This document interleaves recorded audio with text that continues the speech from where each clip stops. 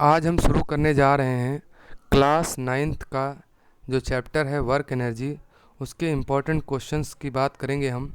Most important question हैं और अच्छे क्वेश्चंस हैं, इनको अगर आप समझ लेंगे तो आपका बेसिक क्लियर हो जाएगा। तो चलिए देर नहीं करते हैं, शुरू करते हैं हम। ठीक है, देखिए क्वेश्चन है यहाँ पर, इस पे मत जाइए। Will work be done by a man who pushes the wall. भैया एक बात बताओ, कोई आदमी अगर एक दीवार को पुश करेगा तो क्या दीवार अपनी जगह से हटेगी? नो। मतलब भाई वर्क का फॉर्मूला क्या होता है? एफ इंटू डी होता है। जब दीवार अपनी जगह से हटेगी नहीं यार तो डी जीरो हो जाएगा, और जब डी जीरो हो जाएगा तो वर्क का फॉर्मूला डी यहाँ रखोगे जीरो तो कितना आ जाएगा? वर्क जीरो आ जाएगा। तो क्या कहता है? वर्क नहीं होगा मेरे भाई, नहीं होगा बच्चे मेरे। क्या होगा? Bill work be done by a man who pushes a wall. Answer होगा नो। चलिए फिर क्या है? What is work done by a force acting on a body and displacement produce by body right angle. अरे भैया force क्या कह रहा है? Work done when force acting on the body displacement produce right angle. देखो displacement इधर हो रहा है और फोर्स इधर लग रहा है, दोनों के बीच एंगल कितना? 90 डिग्री। आपने वो कुली वाला एग्जाम्पल सुना होगा कि एक कुली बहुत बड़ा बोझा लाद के अगर प्लेटफॉर्म पे चल रहा है तो वर्क डन कितना होगा? जीरो। क्योंकि असल में वर्क डन का फॉर्मूला ये होता है। ट्रिग्नोमेट्री अभी तक आप लोगों ने पढ़ ली होगी, नहीं पढ़े होंगे तो कोई अच्छा ट्रिग्नोमेट्री आप में नहीं है, सॉरी।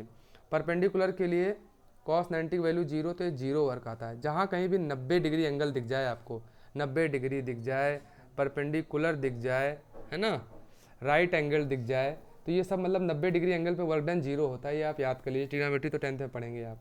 क्या कह रहा है अगला question? A force of 7 Newton. Force को एफ से दिखाते हैं, 7 न्यूटन। 8 मीटर का डिस्प्लेसमेंट है तो डी से दिखाते हैं, या एस भी कह सकते हैं, कहीं कहीं एस भी होता है। In the direction of force let us ये throw the displacement, what is the work done in this case. Work done निकालना है, क्या निकालेंगे? F into D. एफ कितना है? 7, डी कितना है? 8, तो कितना आ जाएगा? 56 यूनिट क्या आएगी? जूल। ठीक, work done is equal to कितना आ जाएगा? F into d. अरे वही मतलब 7 इंटू 8 तो कितना आ गया? 56 जूल। बस आंसर हो गया। चलिए कह रहा है, देखो अब bullock card exert a force, जहाँ कहीं एन लग जाए यार आंख बंद करके एफ लिख लेना, क्योंकि न्यूटन किसका यूनिट होता है? फोर्स का। मीटर, मीटर का मतलब डी, ये एफ हो गया ये डी हो गया। ठीक, डी कितना है? 15 मीटर। क्या पूछा है? वर्क डन पूछा है। क्या लगा दोगे आप formula? F is equal work is equal to F into D. F कितना? 140, ये 15, मल्टीप्लाई कर लो। 15 चौके 60, 15 कम 15 6 2100 जूल। सीधी सी बात, एकदम आसान तरीके से। ठीक है बेटा, चलिए आगे। ये what is the kinetic energy. याद रखना बेटा, अगर काइनेटिक एनर्जी है तो मोशन वर्ड याद रखना। ठीक, ये वर्ड याद रखना, energy in a body due to motion. Energy in a body due to motion is called kinetic energy, और energy in a body due to position तो पोटेंशियल एनर्जी।